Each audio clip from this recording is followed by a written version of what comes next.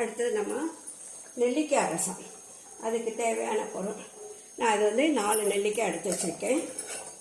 அதன் கூட சின்ன பீஸ் 2 பீஸ் இஞ்சி, 1 ஸ்பூன் மிளகு, 1 ஸ்பூன் ஜீரகம், கொஞ்சம் கருவேப்பிலை, 1 தக்காளி நறுக்கி வச்சுருக்கேன், அதை போட்டுறேன்.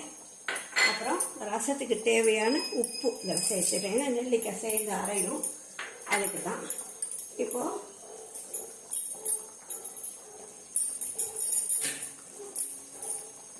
இதை அரைச்சின்னு வந்துடலாம். நெல்லிக்காய் ரசம் பண்ணி பார்க்கலாம். இப்போது நெல்லிக்காய் ரசத்துக்கு அரைச்சின்னு வந்தாச்சு.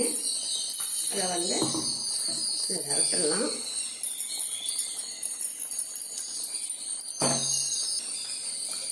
தண்ணி சேர்த்துக்கலாம். இதில் ஆல்ரெடி உப்பு போட்டாச்சு.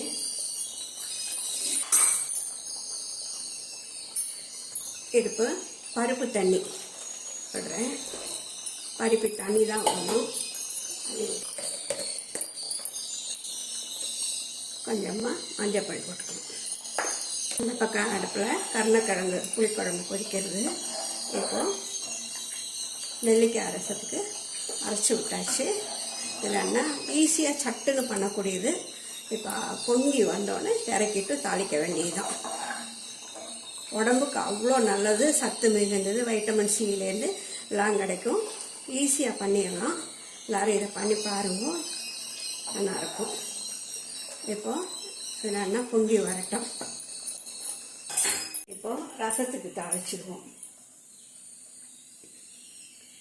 ஸ்பூன் நெய் விடுறேன்.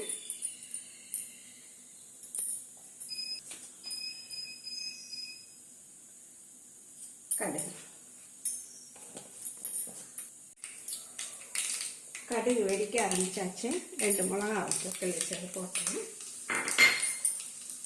கூட ரசம் இப்போது நல்லா பொங்கி வருது பாருங்க. நல்லா பொங்கியாச்சு.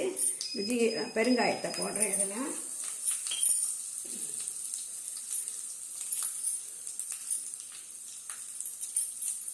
போட்டு கொஞ்சம் கருவேப்பிலை ரசத்தை தாளிச்சு போட்டுடலாம். ஜோரான நெல்லிக்காய் ரசம் ரெடி ஆயாச்சு.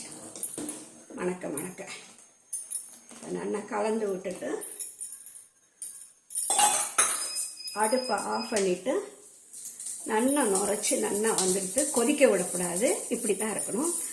பொங்கி வரும்போது ஆஃப் பண்ணிடலாம். ஆஃப் பண்ணிவிட்டு ஒரு தட்டை போட்டு மூடிடலாம்.